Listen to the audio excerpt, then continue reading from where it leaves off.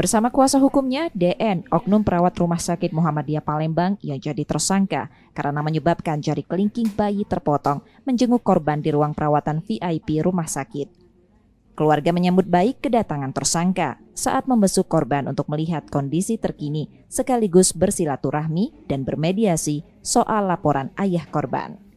Kuasa hukum tersangka tetap menghormati proses hukum, namun mereka akan berupaya menemui penyidik kepolisian agar kasus ini dapat diselesaikan secara musyawarah.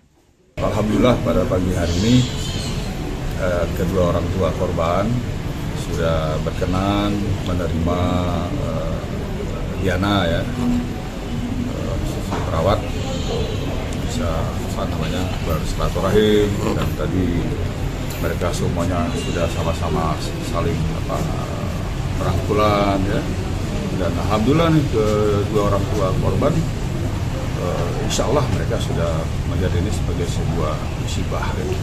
Bukan hal yang demikian. Ayah korban mengaku sudah mengetahui jika polisi menetapkan perawat yang bersangkutan sebagai tersangka dari kasus tersebut. Pihak keluarga korban juga masih belum berencana melakukan pencabutan laporan. Kalau kami, kalau sistem itu namanya musibah. Kalau kita itu perlu keadilan untuk masa depan anak saya juga, anak saya baik. Tapi damai aja. Kalau biar tidak berpanjang ini masalah ini kan, kasihan juga dengan anak kan.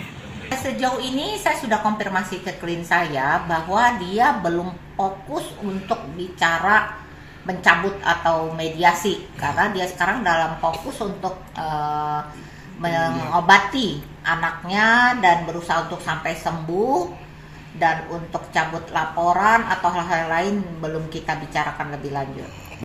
Keluarga korban kini masih fokus pada penyembuhan bayi, namun tetap memikirkan kasus tersebut dapat diselesaikan secara musyawarah.